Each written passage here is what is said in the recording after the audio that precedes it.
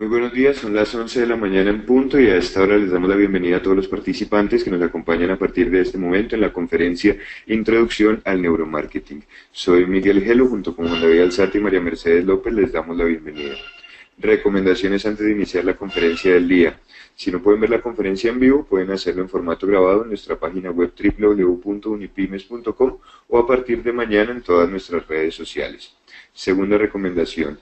En este y en todas nuestras capacitaciones utilizaremos los hashtags numeral de la mano de Unipymes para compartir información y numeral evaluando al experto para ampliar el sondeo que realizamos hacia el final de cada conferencia. Hoy nos acompaña Andrés Cisneros, economista con 17 años de carrera profesional. Actualmente se desempeña como asesor de proyectos del Departamento Nacional de Planeación, DNP, del nuevo Sistema General de Regalías. Tiene experiencia en la formulación, evaluación y gerencia de proyectos de desarrollo regional. En el sector privado, experiencia y logros en el manejo de presupuestos, análisis financieros, evaluación financiera de proyectos, gerencia de proyectos de construcción y valoración de activos. Es especialista en el manejo del banco de proyectos Swift PSGR y posicionamiento de la herramienta MGA en todo el territorio nacional.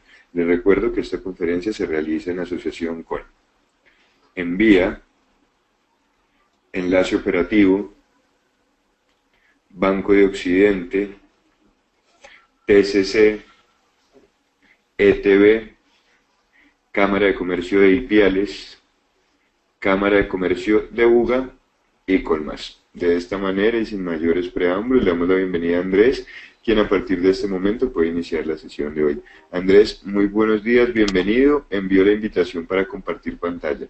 Ok, muy buenos días a todos los asistentes a esta conferencia de introducción al neuromarketing. Mi nombre es Andrés Cisneros. Escuchaba en la presentación que Miguel hacía un perfil de mi perfil público. Esa es mi primera carrera. Ya en cuestión de perfil privado tengo el honor de ser pues uno de los pioneros en neuromarketing en Latinoamérica, ya que desde el año 2005 me estoy dedicando a la investigación de los neuromercados y en especial a la investigación del comportamiento del consumidor. Entonces, digamos que en la parte pública sí soy todo lo que dice el perfil, trabajo con el gobierno, pero en la parte privada, mi gran pasión es el mercadeo y en especial las neurociencias, pues que comprenden la neuroeconomía y el neuromarketing. Quiero darle la bienvenida a este seminario. Básicamente es una conferencia de introducción. Lo que vamos a hacer hoy es enterarnos un poco de lo que es el mundo del neuromarketing, por qué nació el neuromarketing, en dónde se está aplicando y en especial qué es lo que van a encontrar ustedes aquí en esta aula virtual que va a estar en acción a partir del 5 de julio. Entonces, pues hoy voy a empezar con una conferencia muy introductoria. Sin embargo, agradeceré cualquier cantidad de preguntas que hagan, porque pues esta es algo que se tiene que realimentar constantemente y lo que dice el público es muchas veces más valioso que lo que dice el mismo conferencista. Entonces, pues les doy muchas gracias por estar aquí. Ok, empecemos en materia.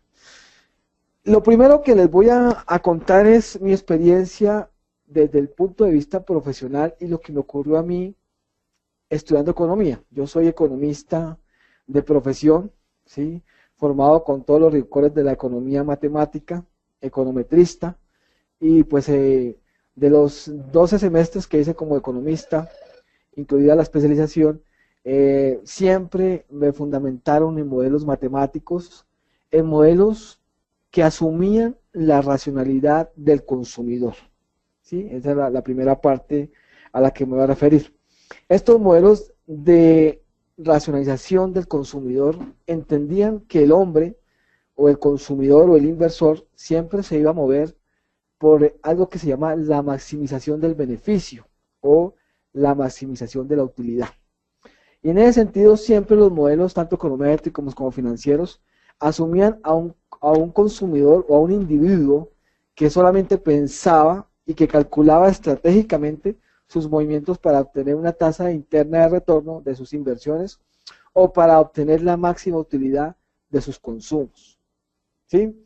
Y empezamos a ver todos estos modelos en la carrera. Yo creo que alcancé a estudiar por lo menos unos 1500 modelos financieros Y siempre me preguntaba lo mismo, pero ¿cómo es posible que una academia, cómo es posible que una ciencia que se cree social, como es la ciencia económica, empiece a estudiar todo el hombre y solamente asuma que todos los consumidores son igual de inteligentes o son igual de irracionales en todo el mundo para hacer estos modelos? Y entonces esas eran mis primeras peleas, entre comillas, con mis maestros, con mis profesores.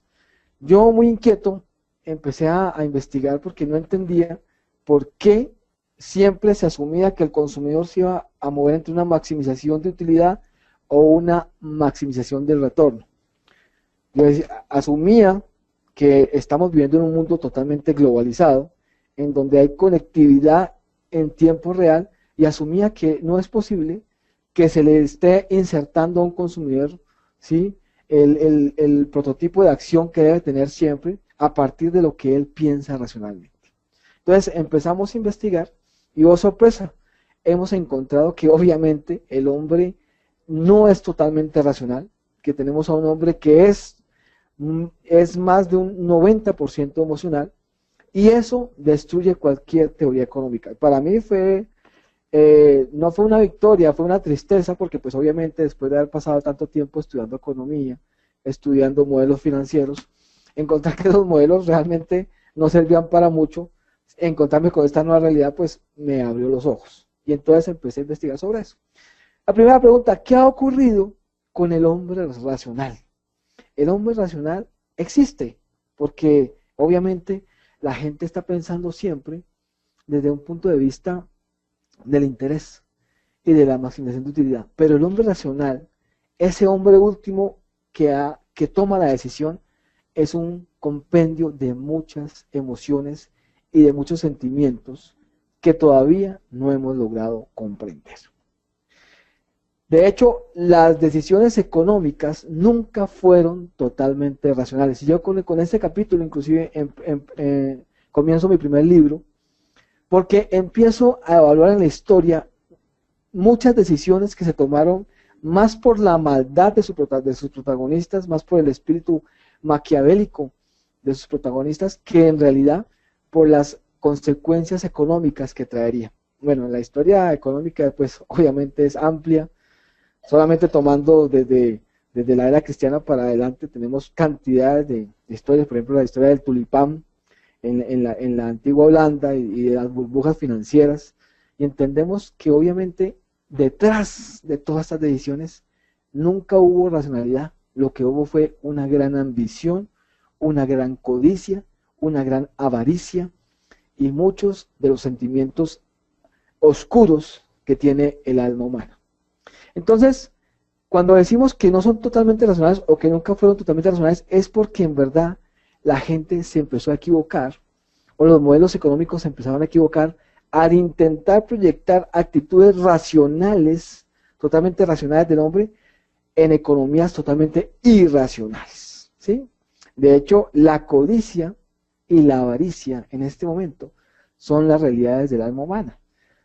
Prueba de ello, tenemos la última crisis de hace 8 años, del año 2008, la crisis financiera del subprime, en donde unos banqueros, aliados con unos inversionistas y aliados con toda la finca raíz de Estados Unidos, empezaron a ofrecer hipotecas, ¿sí?, totalmente sin ningún fondo, sin ningún pago, y las hipotecas inmobiliarias, las famosas subprime, fueron expandidas por todo el sistema financiero americano, y de hecho las exportaron a Europa y a Asia, constituyéndose pues en la segunda gran depresión de la historia, después de la de 1929, y teniendo pues como consecuencia toda esa crisis que vino de desempleo en Europa, ¿sí?, del paro en España, por ejemplo, de todo ese dinero que no se pudo recuperar y que fue pues el causante de semejante crisis. Pues las quiebras, ustedes conocen que Lehman Brothers, por ejemplo, fue una de las financieras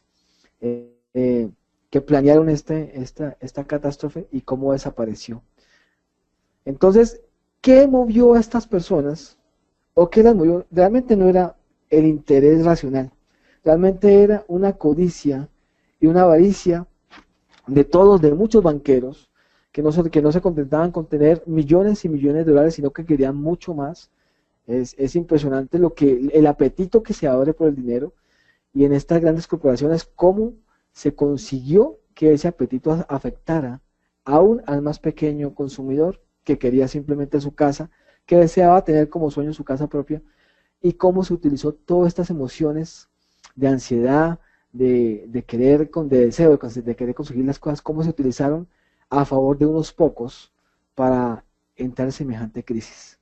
Entonces, eso simplemente es una pequeña muestra en la historia de lo que empezamos a ver realmente qué es lo que mueve al hombre económico. Vamos a tener 3 ejemplos muy sencillos para demostrarles por qué las decisiones económicas han estado siempre equivocadas y en esencia no fueron totalmente racionales. Voy a empezar con un tema que conocemos muy bien los colombianos, el famoso miedo. El miedo que nos da una ciudad o las grandes ciudades o los países con violencia. Nosotros aquí en Colombia, bueno, afortunadamente hoy tenemos una buena noticia de que ya se firman los acuerdos de cese al fuego, pero aquí en Colombia hemos vivido por más de 50 años con una escalada de guerra a todo nivel, no solamente una guerra política, sino una guerra entre bandas, entre carteles, pero lo más impresionante, las guerras ya son comunes, inclusive entre solamente vecinos, ¿sí? Por la intolerancia. ¿Y de dónde nace esto? Esto nace todo de un sentimiento de miedo que convive con nosotros. Y el miedo es una emoción que paraliza, pero que también dinamiza. Imagínense que el miedo es universal. El miedo es de las emociones más fuertes y son de los negocios más fuertes para aprovechar. Voy a dar un solo ejemplo de lo que es, por ejemplo, ustedes se dan cuenta, en Estados Unidos la venta de armas es muy libre, y aún a pesar de que tienen estas matanzas como la de hace 8 días en Orlando, y las que han tenido por años en las universidades, en Virginia Tech, me acuerdo, y en Columbine, en todas estas universidades, por años han tenido, sigue existiendo la venta libre de armas. ¿Por qué? Pues simplemente porque el miedo convive con todas las personas. Nadie se siente seguro, nadie está seguro. ¿Cuánto cuesta estar seguro en una ciudad como Bogotá, por ejemplo? Un ejecutivo normal te gasta un dinero en guardaespaldas, te gasta un dinero en un carro blindado, te gasta un dinero en una casa con muchas alarmas, con cámara, con un circuito de cámaras, inclusive compra a 2 perros amaestrados para sentirse seguro. ¿Cuánto cuesta la seguridad? ¿Por qué? ¿Por qué es un negocio bueno? Pues simplemente porque el miedo convive en nosotros. Hay una película protagonizada por Nicolas Cage, aquí tengo en la pantalla, que se llama El Señor de la Guerra, y nos retrata ese gran miedo que tienen los países, nos retrata ese gran miedo y cómo ese miedo hace que negocios de venta de armas si sean tan prósperos. Imagínense que aún en la crisis que les acabo de nombrar de 2008, la venta de armas no se paralizó. Se paralizaron los demás negocios, por ejemplo, se paralizó la bolsa de valores, de hecho. Se paralizaron las ventas de materias primas. Se paralizaron los comercios minoristas, los detallistas, pero las armas no se paralizaron para nada, antes crecieron más, ¿sí? Son más apetecidas que la paz. ¿Por qué? Porque el miedo convive con nosotros.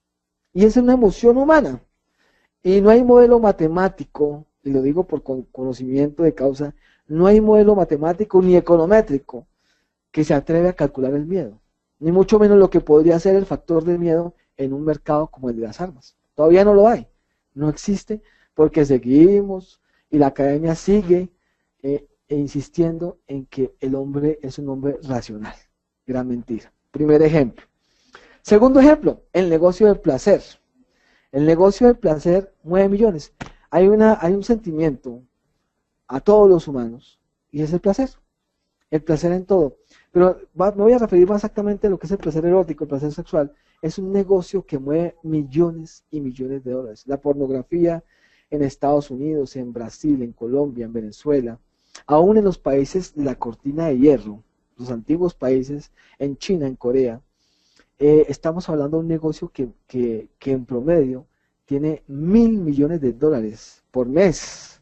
Es decir, es una cuestión grandísima la que se mueve. ¿Por qué?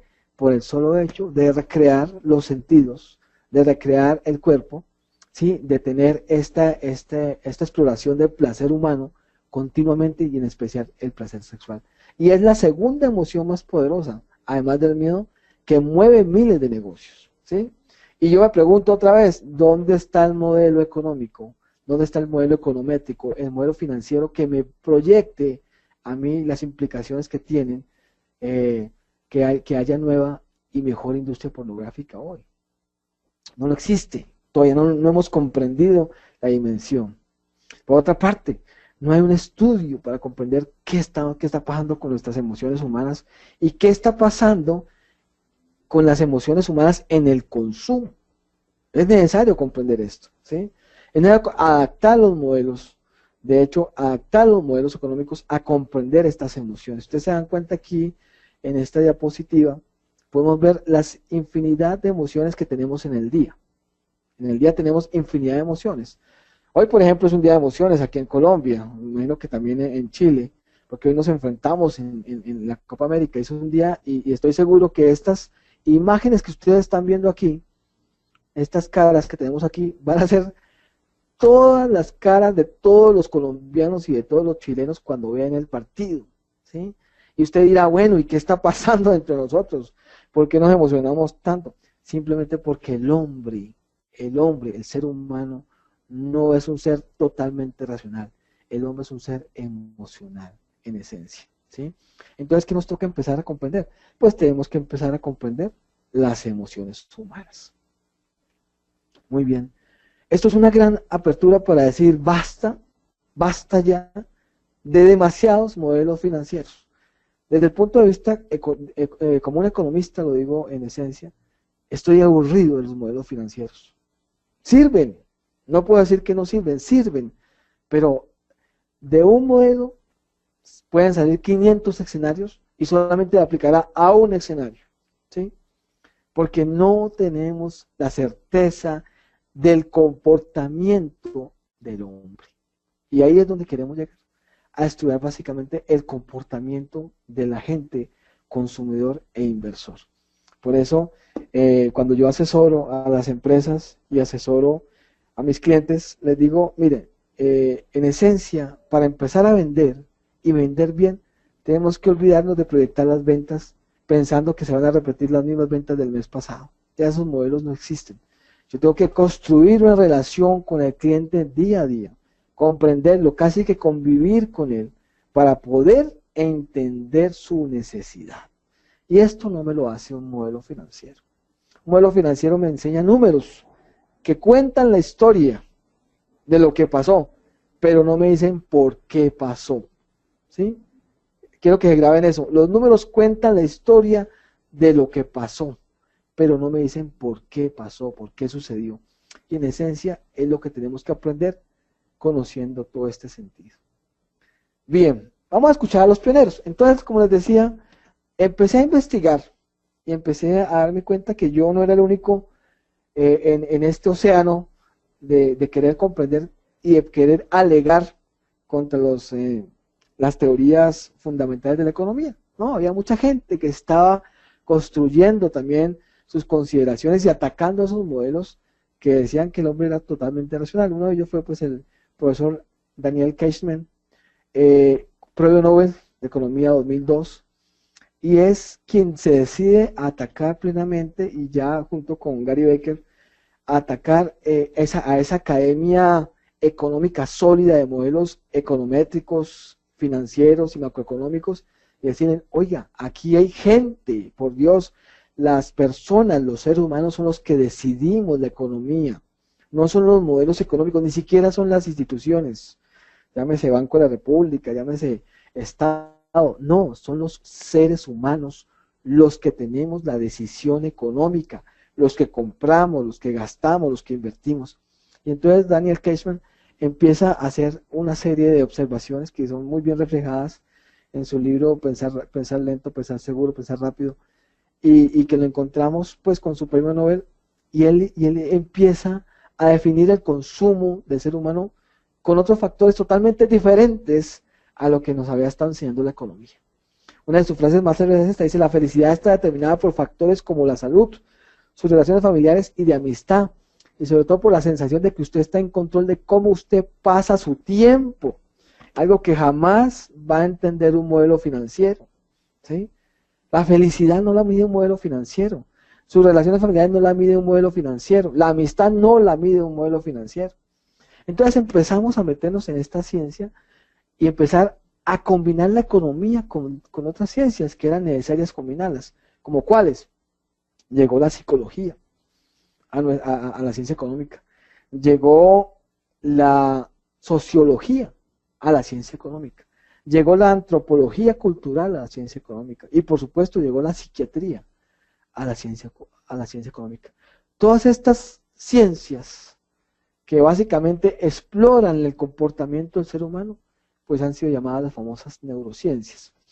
Uno de sus más granados exponentes es hoy el señor Paul Glincher de la Universidad de Nueva York, y gracias a él, pues, él ha sido un pionero y ha sido un mentor para mí en especial, porque fue de los primeros economistas también que partió esa idea de echar a un lado los modelos rústicos y financieros y los modelos matemáticos y empezar a entender lo que era el cerebro humano, empezar a entender lo que era el comportamiento humano y empezar a entender por qué era tiempo de encontrar las respuestas.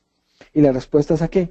A toda esa evidencia que nos dice que el hombre por ningún motivo, hasta en los peores escenarios, no puede convivir solamente con racionamiento totalmente mental, sino que sus emociones están puestas muchas veces en primer plano antes que lo que diga el pensamiento.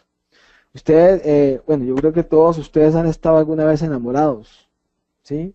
Todos hemos tenido una pareja, todos hemos estado enamorados en algún momento de nuestras vidas, si no es de una persona, por lo menos de un objeto, pero todos hemos tenido un amor. Y es en ese momento cuando uno se da cuenta que la racionalidad como tal no existe, ¿sí? El pensamiento racional no existe, porque todo pasa a segundo plano cuando la emoción latente de felicidad prima, es pionera, es lo primero para nosotros. Y usted cuando está enamorado puede estar con 0 pesos o puede tener $1.000.000, que si usted tiene a la persona que a usted le ocasiona ese gran amor, todo le parece bonito, todo le parece lindo, y es porque la emoción prima sobre la razón, ¿sí? Y casos se han visto. Bueno, hay guerras han iniciado por amor, la guerra famosa, las guerras griegas son iniciadas básicamente por amor. Entonces, ¿dónde tenemos que encontrar respuestas? Pues obviamente en lo que es el ser humano, ¿En quién habita en el ser humano? Solamente el ser humano mismo, ¿sí? Y obviamente su espíritu y el espíritu de Dios que lo pueda conocer. Entonces, iniciamos encontrando respuestas y lo primero que uno encuentra es, bueno, cómo pensamos, cómo sentimos y cómo actuamos. Nosotros tenemos 2 órganos, básicamente, que son los responsables de nuestra emoción. El primero es el cerebro, ¿sí? Y el segundo es el corazón. No voy a tocar el corazón todavía, porque aún los científicos relacionan al corazón con el cerebro. Es algo que está en discusión. Mi opinión muy personal, existen 2 elementos que son el cerebro como tal y el corazón. Usted me dirá, bueno, pero el corazón no piensa. No, el corazón siente. Y el corazón es algo que está conectado es con el espíritu del ser humano, el cerebro está más conectado con el alma del ser humano, ¿sí? Y con la parte morfológica, con el cuerpo. Pero el corazón es del espíritu. Sin embargo, para no empezar a una discusión que todavía se está dando en términos neurocientíficos, vamos a enfocarnos en lo que conocemos, que es básicamente el cerebro. Entonces, empezamos a conocer cómo piensan los individuos y cómo actúan los individuos a través de qué podemos entender del cerebro. Hoy en día, a pesar de todas las investigaciones tan avanzadas que hay, tenemos apenas un conocimiento del 7 u 8% de lo que puede ser el cerebro de nosotros. Es decir, estamos en pañales, todavía no entendemos muchas cosas, ¿sí? Lo que sí hemos podido entender básicamente cómo está formado el cerebro, ¿sí? Y es en este campo donde empecemos ya a ver los motivos del comportamiento y los motivos de las decisiones, ¿sí? De los seres humanos. Entonces encontramos el famoso cerebro triuno o el cerebro tridimensional. Y quiero demorarme un poquito aquí porque esta es la esencia de las neurociencias y cómo las neurociencias se juntan con la economía y con la administración, etcétera, para poder entender mejor el comportamiento de los consumidores y los inversores. Entonces, este cerebro está básicamente dividido en tres partes. El primer cerebro es el cerebro que se llama reptiliano y es el cerebro más básico y básicamente pertenece a toda la parte instintiva de los seres humanos. Se dice que es reptiliano porque se cree, ¿sí? Yo no estoy de acuerdo con eso, que se cree que fue el cerebro más primitivo y que se encontró en los reptiles. Obviamente la gente que asume pues que el hombre viene de una cadena larga de reptiles y otra cadena de primates, etcétera. Bueno, no vamos a discutir sobre eso. Lo cierto es que hay un cerebro que es instintivo. Yo lo relaciono más pues con el poder de defensa que tiene el ser humano, y es básicamente ese cerebro reptiliano. Vamos a llamarlo pues para no entrar en discusiones con los científicos que se han gastado bastante tiempo en esto pues discutiendo. El cerebro reptiliano o instintivo básicamente es el que nos da las emociones instintivas, ¿sí? Esas son emociones básicamente que se hacen por acto reflejo. Por ejemplo, si en este momento usted está en su cuarto, ¿cierto? Y se aparece una cucaracha o se aparece un ratoncito o entrar a un dinosaurio, ¿sí? Usted pues saldría corriendo, ¿sí? Si en este momento está en su casa y aparece un ladrón, ¿cuál es su reacción? De miedo, pero también es una reacción de ¿qué? De defenderse. Si usted va en su carro y se le atraviesa una mula, lo primero que hace que es con reflejos poder esquivarlo. Esas manifestaciones y esos reflejos pertenecen básicamente al cerebro instintivo, ¿sí? El primer cerebro, aquí el más básico. Y es muy bueno porque es un cerebro que se instala, digamos, en la parte deportiva, es totalmente utilizado, digamos, en la parte de los grandes deportistas, los que hacen, por ejemplo, un tenista profesional. Este cerebro se desarrolla mucho porque de una vez programa todos los movimientos reflejos que debe tener ese deportista. Ustedes se habrán preguntado por qué Rafael Nadal, por qué Djokovic, por qué ellos ganan tanto, es decir, no ganan dinero, sino ganan tantos partidos. Pues simplemente porque su cerebro instintivo ya está muy desarrollado. Cada vez que ellos juegan un partido más, le están programando su cerebro instintivo nuevos reflejos y nuevos movimientos de los que ya han programado durante sus 20 o 30 años de carrera. Es decir, cada vez que se juega un partido más de tenis, ellos tienen más probabilidad todavía de ganar, porque ya tienen todo un acervo guardado en sus reflejos para poder responder a cualquier jugada. Entonces, por eso es que siempre ganan y ganan y ganan y ganan. Igual ocurre con el Barcelona.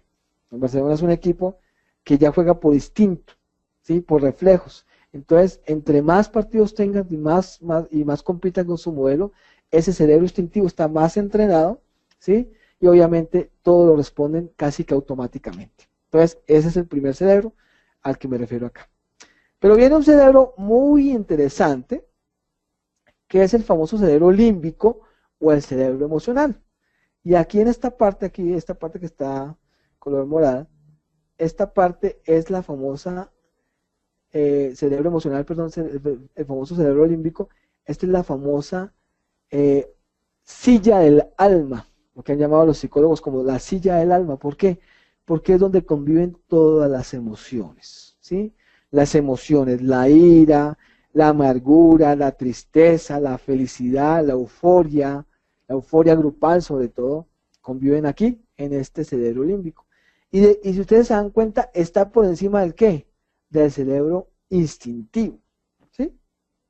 Pero entonces, aquí viene lo interesante. Este cerebro límbico o emocional, en lo cual conviven todos esos sentimientos, es un cerebro totalmente poderoso. Y es tan poderoso, sí es tan poderoso, que de una u otra manera está haciendo, ¿cierto?, que los reflejos que tenemos aquí en el cerebro instintivo puedan ser también permeados, ¿por qué? Por las emociones. Y esto es claro, mire, usted no es el mismo cuando está triste. Cuando usted está triste, usted no es el mismo. Cuando usted está triste, pueden pasar al lado de usted cualquier cosa que otra persona resaltaría inmediatamente, ¿cierto? Un reflejo innato, por ejemplo, usted está elevado, está triste y de pronto pasa el mismo ladrón que les decía ahora, usted no pasa nada, ¿no? ¿Sí? Está totalmente absorto. Y es porque la emoción está primando sobre estos reflejos, ¿sí? Pero cuando usted está alegre, cuando usted está positivo, es impresionante lo activo que se vuelve usted, ¿cierto? Lo activo que puede ser, inclusive en sus reflejos, lo activo que puede usted manifestarse en todas las actividades de su vida, de su día, ¿sí? Inclusive la gente, muchos psicólogos recomiendan que uno haga ejercicio todas las mañanas antes, porque esto u otra manera activa el cerebro emocional, ¿sí? Y es porque los reflejos van a estar también mucho mejores, ¿sí? Entonces un cerebro totalmente de cuidado. Y viene acá la otra parte que se llama la neocorteza o el cerebro córtex, que es donde están los famosos dos hemisferios, el lado izquierdo y el lado derecho, la famosa racionalidad y la famosa creatividad. Entonces se dan cuenta, es un cerebro todavía mucho más elaborado, mucho más evolucionado, que viene ya como última parte porque se supone que ya usted tiene entre la creatividad y la racionalidad como un equilibrio, pero con todo y todo eso no sucede así, porque al fondo, ¿quién está influenciando? Pues está influenciando la parte emocional y está influenciando la parte instintiva. Esta mañana veía un video que se ha vuelto viral hoy, 22 de junio de 2016, espero que usted lo vea, y es la reacción que tuvo Cristiano Ronaldo cuando un periodista le va a preguntar sobre el partido que tienen hoy con Hungría. ¿Qué hace Cristiano Ronaldo? Coge el micrófono, ¿cierto? Toma el micrófono del periodista y lo arroja en el lago que está al lado, en el agua. Ahí tenemos tres reacciones diferentes. La primera, instintiva, ¿sí? Segunda, emocional, tipo es totalmente ególatra. Pero tercera, también Neocortes sabía lo que estaba haciendo y sabía que va a provocar polémica. Por eso que si vemos que mañana se disculpa el Señor, Él va a aducir que todo es porque estaba estresado y le va a echar la culpa ¿a quién? Al cerebro emocional. Pero en realidad Él sabía lo que estaba haciendo, ¿sí? Sabía lo que estaba haciendo, sabía que había cámaras, sabía que lo iban a entrevistar y simplemente se dejó llevar ¿por quién? Por su cerebro ¿qué? Instintivo. El cerebro reptil. ¿Y qué hizo? Pues simplemente actuó como ustedes lo van a ver en el video. Entonces, imagínense que esto es apenas un abrebocas a lo que en teoría empieza nuestro comportamiento. Pero aún hoy, aún después de tanto estudio, todavía no conocemos en realidad qué es nuestro cerebro. Apenas lo estamos dimensionando. Estamos entendiendo cómo actuamos, pero apenas lo estamos dimensionando. Entonces, este es el principio de la neurociencia. Sin embargo, nosotros somos seres humanos y los seres humanos estamos conviviendo todos los días con diferentes entornos, ¿sí? Es decir, nosotros estamos aquí en el mundo, pero venimos de toda una herencia, venimos de toda una herencia cultural, venimos de una herencia genética, ¿sí? Marcada por nuestros padres, venimos de una herencia que está ahí. Inclusive le quiero decir que usted, desde el mismo momento en que usted nació, usted ya vino marcado con la herencia de todas las generaciones de sus dos familias, de su padre y su madre. Y en ese momento que usted nació, se combinó lo mejor de cada familia y a la vez las familias de cada familia que venían anteriormente. Y ese código genético usted lo adquirió para usted. Entonces, ese es el primer entorno que nos va a moldear, el entorno genético. Por otra parte, cuando usted nace en una cultura de familia, en una cultura de región, en una cultura de sociedad, y ese es el segundo entorno que usted va a tener. Y lo que usted se forma en su colegio, en su universidad, con sus amigos, son otros entornos ya sociales que también lo van a influir. Total que nosotros, además de tener esa maravillosa herramienta que es el cerebro humano, estamos conviviendo en unos entornos que son totalmente influyendo todos los días. Les voy a contar un entorno que nos está influyendo todos los días hoy, la tecnología. ¿Sí? La tecnología es un entorno que todos los días hace mellas en nosotros. De hecho, esta conferencia es por tecnología, ¿sí? Pero todos los días tenemos, ya se nos ha hecho el celular, las redes sociales, el Twitter, el Face, el WhatsApp, se nos ha vuelto casi que un miembro más de nuestro cuerpo, ¿sí?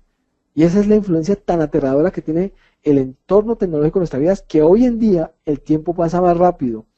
Y no es porque los segundos se acorten, ni porque los minutos se acorten, sino porque la tecnología que le ha impregnado velocidad a la vida. ¿Sí? Y ese entorno tecnológico está casi que cambiando, no, más que cambiando, está transformando y alborotando todo el día el mundo, todos los días del mundo. Ahora, por otra parte, la cultura, ¿sí? La cultura con la que convivimos ya es universal. Ya no podemos decir, no, es que soy colombiano y yo me porto así, no, es que soy mexicano y yo me porto así, no, ahora tenemos un sinnúmero de culturas que están todos los días presentes. El hecho de que no convivan con usted físicamente no quiere decir que no lo influyan.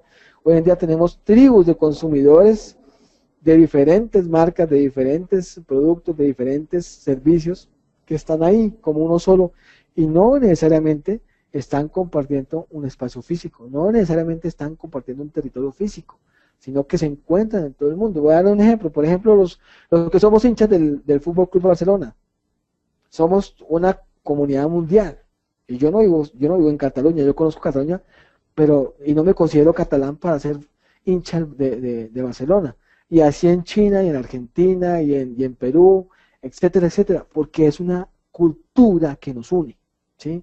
Entonces ya la antropología cultural, ¿sí? Es todo ese estudio de todo lo que nos puede entrelazar a nosotros como consumidores. La gente, por ejemplo, que le gusta el tango, a la gente que le gusta el rock pesado, a la gente que le gusta la filatelía, en fin, tantos gustos se pueden agrupar en tribus de consumidores porque todos somos uno solo a la hora de consumir y no importa que no estemos en el mismo territorio.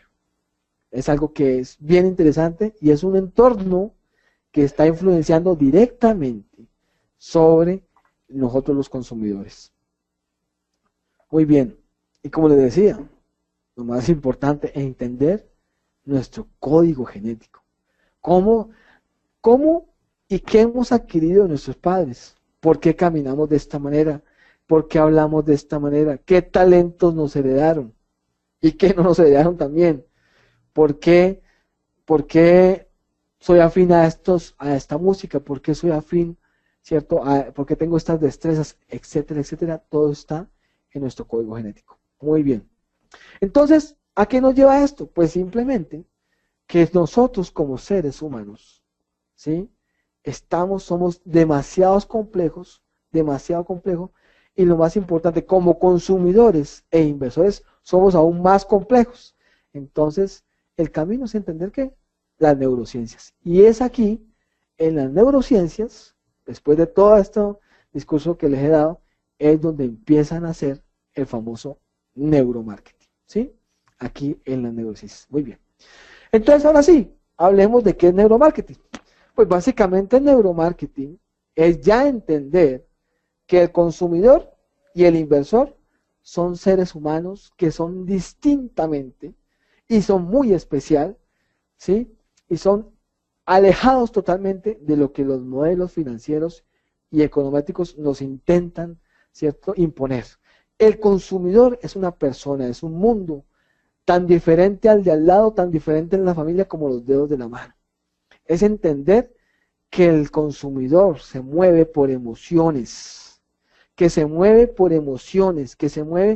la emoción le gana a la racionalidad. Eso es entender.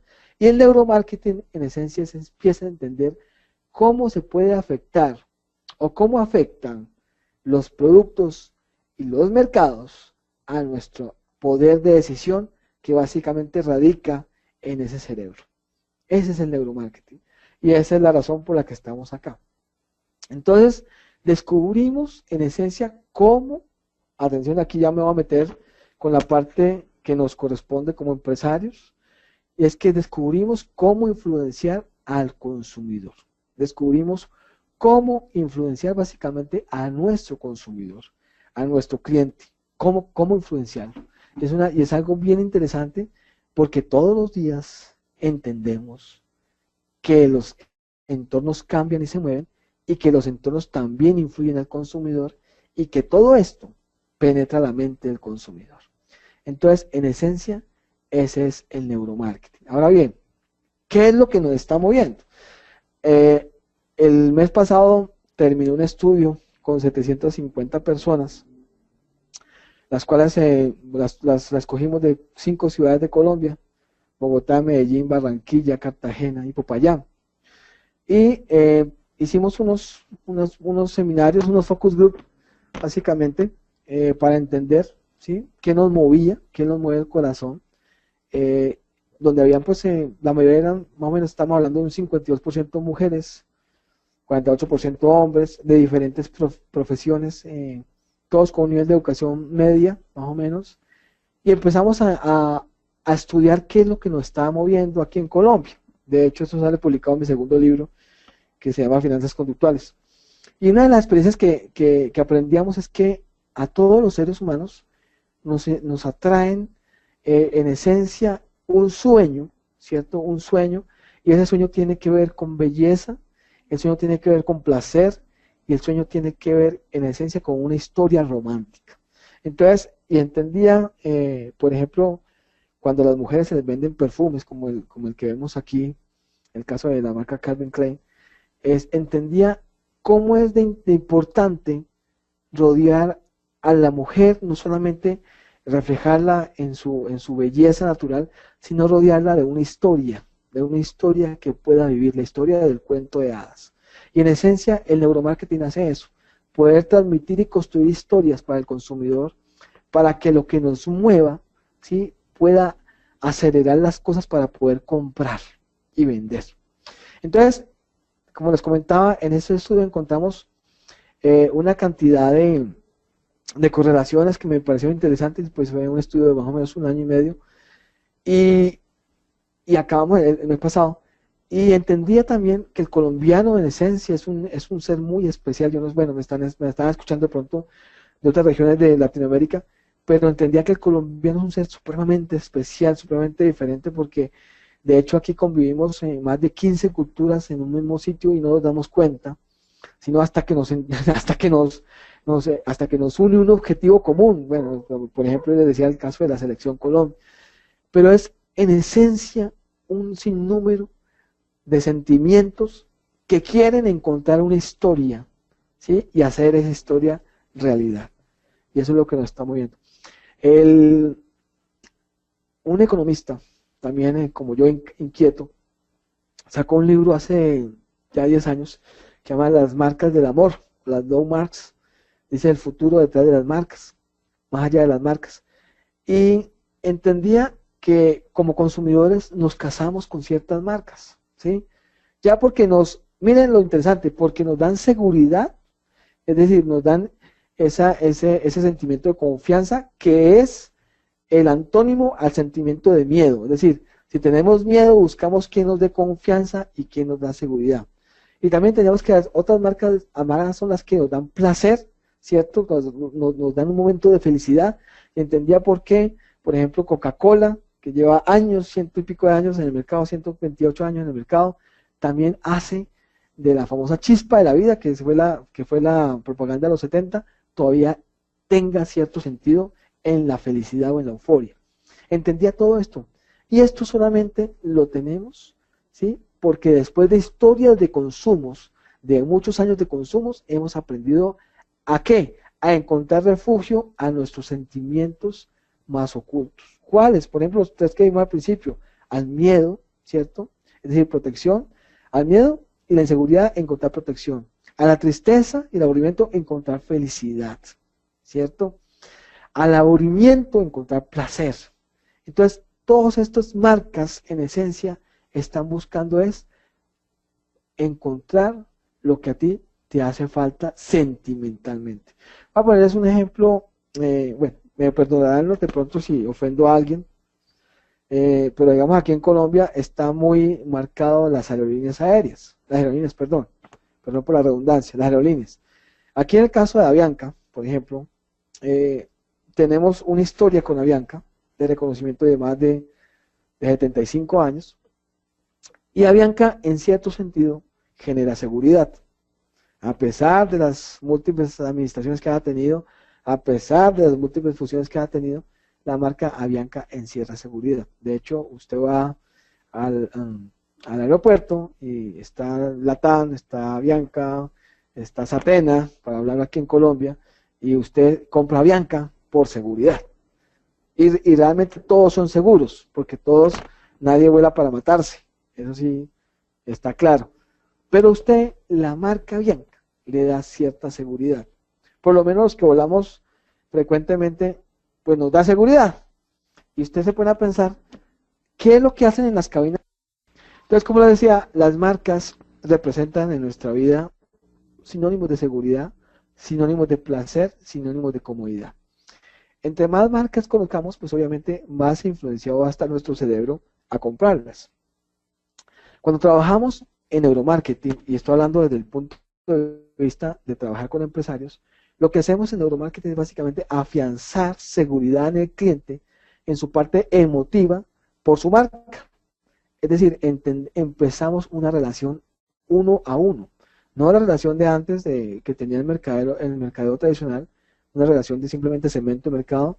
No, de segmento de mercado pasamos a una relación uno a construir una relación directa.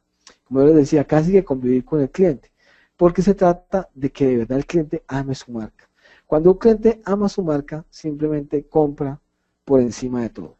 Y lo hace con seguridad. Mire que ahí sí viene la parte racional, es chistosísimo porque satisfacemos la parte emocional del consumidor con un buen servicio, con una buena prestación de todo un servicio postventa. Y satisfacer esa parte sentimental hace que racionalmente, chistosísimo, racionalmente el consumidor prefiera y guarde por encima de todo la preferencia por esa marca, ¿sí? Entonces digamos que es un doble juego. Por eso decía que es interesante ver que las decisiones de consumo nunca han sido totalmente racionales. Hay mucha parte emocional en el asunto. ¿Qué se nos queda en el corazón? Pregúntese usted, ¿con qué marca usted va a la fija? De lo que usted compra normalmente en el mercado, vamos a hablar de un mercado de consumo básico, como son los bienes, los alimentos, las frutas y verduras, etcétera, etcétera, los granos. ¿Qué de esas marcas se le quedan a usted en el corazón? ¿Cuáles son las que le ofrecen seguridad? Por otra parte, de lo que usted compra en automóviles, ¿cuál es su marca preferida o se le queda en el corazón? En la experiencia que hacíamos con los grupos, encontrábamos que había gente con un poder adquisitivo bastante alto, estamos hablando, bueno, vamos a decirlo en dólares, más o menos de $10,000 mensuales, 10,000 a 12,000 dólares mensuales, y encontramos que esa gente sigue prefiriendo a la marca Renault por encima de otras, a pesar de que tuvieran los ingresos suficientes para poder comprar otra marca. La pregunta que hacíamos era, ¿por qué usted sigue prefiriendo la marca Renault? Me decía, muchos contestaban, porque fue mi primer vehículo, porque fue mi primer automóvil, porque lo tenía mi padre, porque mi madre me llevaba al colegio en un Renault, porque fue lo primero que pude comprar. O sea, la gente siempre se apega a un recuerdo emocional para poder comprar. Otros decían, tengo 2 carros, tengo tres vehículos, pero mi Renault no lo suelto. Tengo un Mercedes-Benz, ¿sí? Tengo una Hammer, pero mi Renault no lo suelto porque me recuerda a mi padre. Entonces, ¿qué se nos está quedando en el corazón? Eso también es algo que también hacemos con el neuromarketing, y es básicamente explorar cuál es tu punto de recordación y por qué te puedo vender, por qué te puedo llegar al corazón con eso que tú estás deseando. Entonces, como se dan cuenta, pues es algo que estamos todavía descubriendo porque es tan amplio esta ciencia y es tan bonita que estamos intentando saber qué es lo que le queda en el corazón a las personas. Por último, quiero mostrarles, pues ya que esto ha sido pues básicamente una introducción a lo que vamos a tener en esta aula de neuromarketing en acción. quiero mostrarles mis libros. Básicamente este es mi primer libro. Esta es la segunda edición, bueno, ya va en tercera edición. De lo que ha sido el estudio estos 10 años de investigación, desde el 2005, ya 11 años, y cómo llegamos a las conclusiones que les estoy dando, y en especial cómo construimos estrategias de venta emocional buenas para que la gente adquiere y sepa por qué adquiere sus productos. Y lo más importante, para que el empresario sepa vender y con quién debe tener afinidad en el mercado. Este fue el primer libro, fue el resultado de mucha investigación. Les presento ahora el segundo, que es Finanzas Conductuales. Este ya sale el 17 de julio y es ya mucho más concreto, en el sentido que pues dejamos a un lado la investigación y nos metemos con casos totalmente reales y probados en Colombia, y nos metemos básicamente con el poder que tiene la emoción en las decisiones de inversión, no solamente de consumo. El consumo lo dejamos acá en este primer libro, que es básicamente por qué compramos, pero acá en este libro está por qué invertimos y qué esperamos al invertir, ¿sí? Sobre todo qué esperamos del dinero, y hacemos un estudio muy interesante sobre lo que el dinero hace en los seres humanos, sobre lo que el dinero puede hacer en los seres humanos, inclusive cómo te puede convertir el dinero, ¿sí? En tu esencia, qué puede afectar. Es algo muy interesante. De hecho, el estudio que hicimos dentro de año y medio, este libro es el producto entero.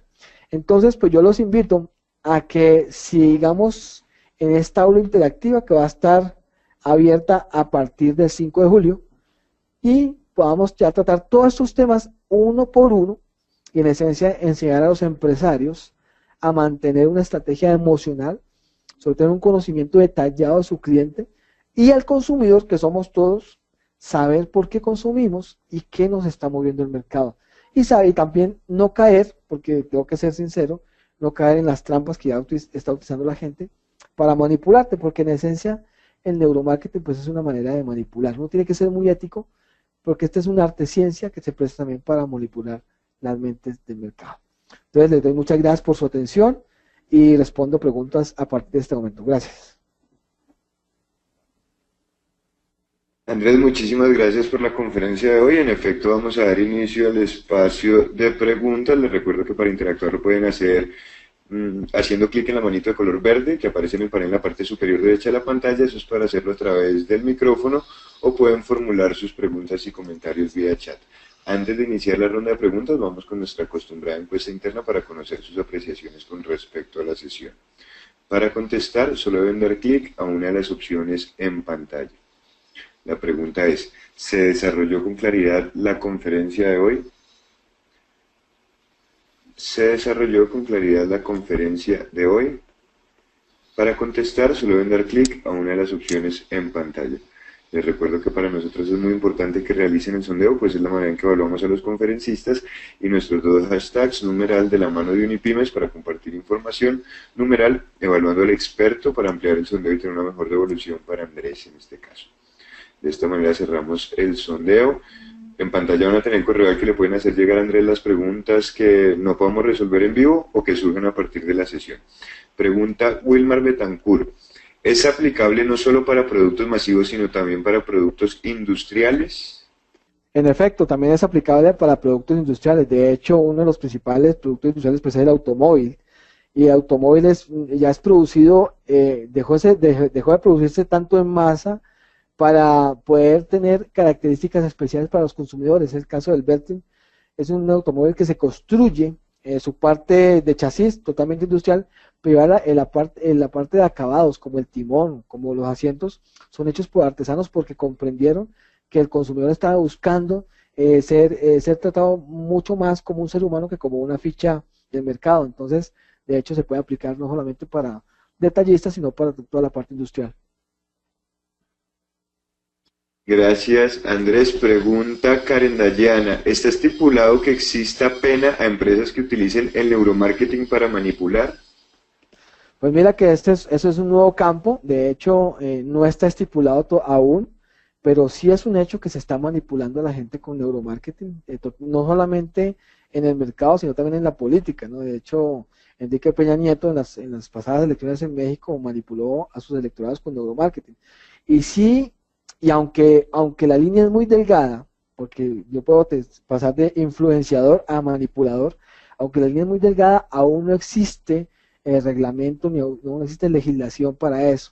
Pero ya queda en la ética de cada uno, ¿no? De hecho, cuando yo asesoro a la gente, le digo, ya está en la ética suya saber si usted va a manipular y o va a hacer las cosas por la conveniencia del consumidor. Hay que diferenciarlo, atención, hay que diferenciarlo de lo que es la publicidad engañosa, que eso es otra cosa. Una cuestión es manipular con neuromarketing o influenciar con neuromarketing y otra cosa es la publicidad engañosa. A veces ocurre que la gente confunde. Pero en esencia no existe todavía legislación y de hecho hay que tener cuidado. Pues es bueno leer ya bastante, yo creo que la red está absolutamente llena de información sobre neuromarketing y usted se va dando cuenta cuando usted lo quiere manipular o no. De hecho, los consumidores pues no somos bobos, en esencia no somos bobos, entonces pues es bueno que lo tenga en cuenta. Muchísimas gracias, Andrés. Preguntan mucho, no voy a hacer preguntas específicas por sector, pero sí, como todo el mundo está preguntando, uno o dos tips para pequeñas empresas al usar neuromarketing. Bueno, lo primero para las pequeñas empresas es saber que ustedes tienen una gran ventaja y es moverse rápido. Y segundo, que ustedes pueden construir mucho más de cerca una relación con el cliente que lo que puede hacer una empresa grande. En esencia, cuando tú tienes una empresa mediana, no vamos a llamar pequeña sino mediana, o simplemente un negocio que está iniciando, tienes la oportunidad de construir una confianza con el consumidor y de conocerlo mucho más. Entonces, mi primer consejo sería que nunca dejes de hablar con tus clientes reales, con tus clientes reales y potenciales, por lo menos 2 veces a la semana. Hablar es hablar, llamarlos por teléfono, que es importantísimo, o por WhatsApp, o por Face, como sea, pero hablar con ellos, aprenderse los nombres de ellos, ¿sí? Como personas reales que son, entender inclusive su núcleo familiar y tener una red de investigación de lo que a ellos les gusta. Eso es lo primero. Lo segundo, utilizar mucho un diseño llamativo en todos sus productos, que involucre colores, que involucre inclusive aromas, para que la gente pueda asociarte con un aroma, asociarte con un diseño y asociarte con un estilo. Y tercero, que siempre involucres una historia, ojo, atención, una historia de vida en tus productos o en tus servicios. Siempre involucra algo que haya sido exitoso de tus productos, hay alguna historia de vida que ha sido cambiada, involúcralo siempre en tus productos para que este sea tu imagen. Eso es importantísimo. Andrés, muchísimas gracias por la conferencia hoy. Infortunadamente no podemos resolver más preguntas en vivo por cuestiones de tiempo, sin embargo tiene en pantalla el correo al que le pueden llegar a hacer, Andrés, las inquietudes que no pudimos resolver en línea o las que surjan después de la sesión. Andrés, en nombre de la comunidad empresarial Latino Unipymes, expresamos nuestro agradecimiento. No sé si queda algo para cerrar.